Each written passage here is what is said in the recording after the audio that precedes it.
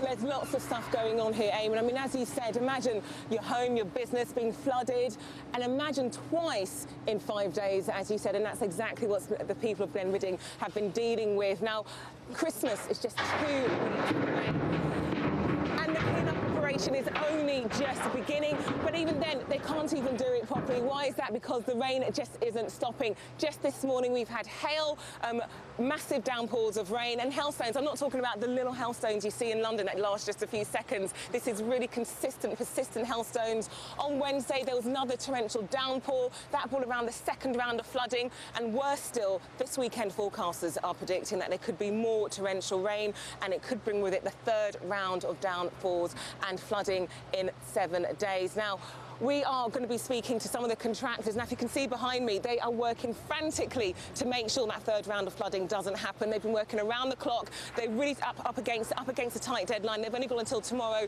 to do that. So before we're going to speak to them, we're going to speak to some residents and business owners to find out how they've been coping. First up, we've got John. John, thanks so much for speaking to us today. Now, look, you're at the Peterdale Hall estate. How have you been coping? Yeah, we've been okay. On Saturday, when the first lot of floods hit, it tore a strip right through our estate, took out the entire caravan site, took out some buildings with it as well. And I was in a house with some very small children.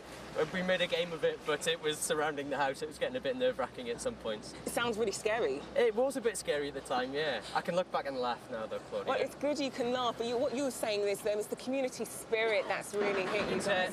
I'm sure other people can empathise with this, but there's nothing brings a community together quite like this kind of disaster. And it's been absolutely staggering, honestly. It's emotional, it's overwhelming. We've had so much support, and the community have really stuck together. All right, well, look, Steve Sykes, now you run the sailing centre here. Right. How's it hit you? We're not really a sailing centre anymore. We're an underwater centre now. We're just down there. It's what can you say? We're flooded, and it's going to take us a while to get back on our feet. I think the best thing people can do is come along and support local businesses as soon as they can. When it matters, this community has been amazing, and they've all just pulled together. It's like Jonathan says, it's been emotional. When it matters, the community's been amazing. Support the local businesses. What about the fact the rain just hasn't stopped, and potentially there could be more torrential downfalls this weekend?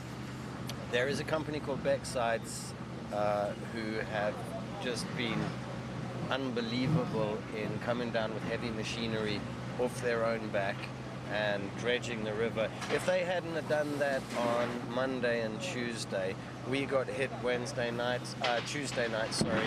If they hadn't have done that, we probably would have lost the hotel behind us.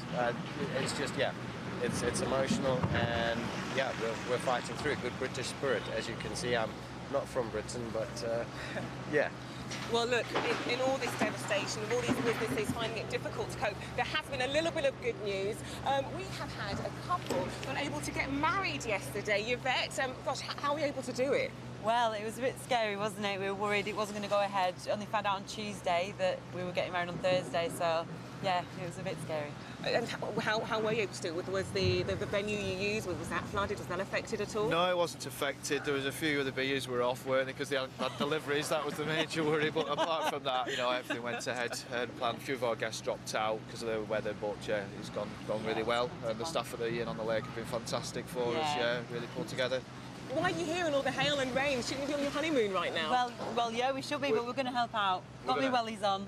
We're going to go see what needs to be done. Oh, that's the spirit. Honeymoon on hold until this place recovers, yeah? Yeah. All right, then. Well, look, let's speak to one of the contractors actually helping out and making sure, condensing that third round of flooding here over the weekend. Now, what exactly are you guys doing? We see you working frantically. We're all just here just to try and reduce the riverbed level.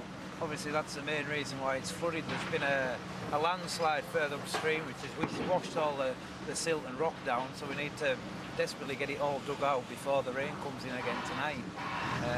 Today's main operation is dig underneath the breach because it's only about that much gap to get underneath. So if the river level come up 2 foot, then it'll be in the village again.